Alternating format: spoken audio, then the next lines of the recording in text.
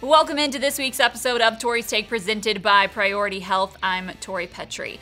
It was another disappointing game for the Lions on Sunday against the team that was last place in the NFC North. After the loss, they're now tied with the Vikings for last place in the division and haven't won a divisional game since 2018 when they swept the Packers. I thought on paper this team was better than the Vikings if they could stop the run.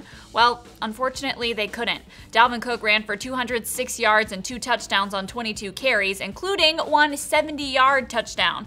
In the games the Lions have won this year, they've done one thing extremely well: stop the run. Think about it. They forced Kyler Murray to throw instead of run in Arizona, and they got 3 picks. They shut down Jacksonville's run game, and they limited Todd Gurley in Atlanta, save for a touchdown they gladly gave up. But that's been the key for their defense to operate well, starting with stopping the run.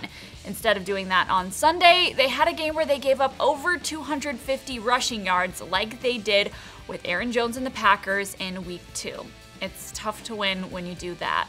On top of that, it was a game of missed opportunities. We talked about it on the post-game show from Ford Field last night.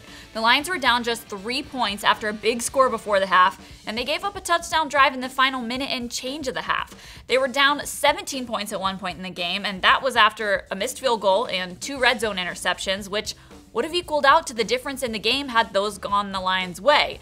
We need to see more of this team capitalizing on opportunities instead of letting them slip.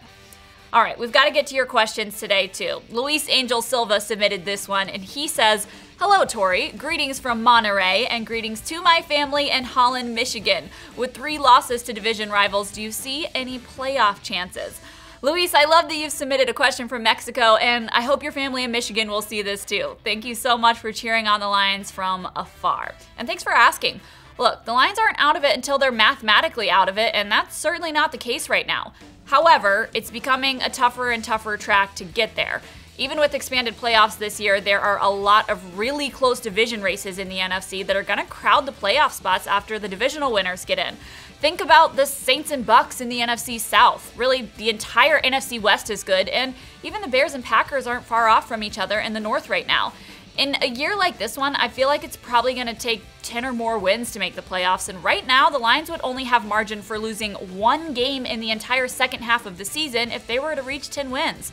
That's a tall order, especially with a difficult December slate that includes the Bucks, Titans, and Packers. But it ain't over till it's over, and this team absolutely needs to stay in it mentally. Steve Obham asked over on Instagram, which new signing have you been most impressed with so far this season? Steve, can I pick a coach? Because honestly, it's been the Lions' new special teams coordinator, Braden Combs. The Lions' special teams have been lights out this year, from punter Jack Fox to the punt team. The Lions blocked 2 punts on Sunday, and that comes after blocking a punt last week as well. Before last week, it had been 13 years since the Lions had blocked a punt. Those plays don't come too often in the National Football League, and I've been impressed with how cohesive this Lions teams unit has been. And finally, let's take you to the extra point where we go around the league. This week, we'll check in on the Lions' next opponent, the Washington football team.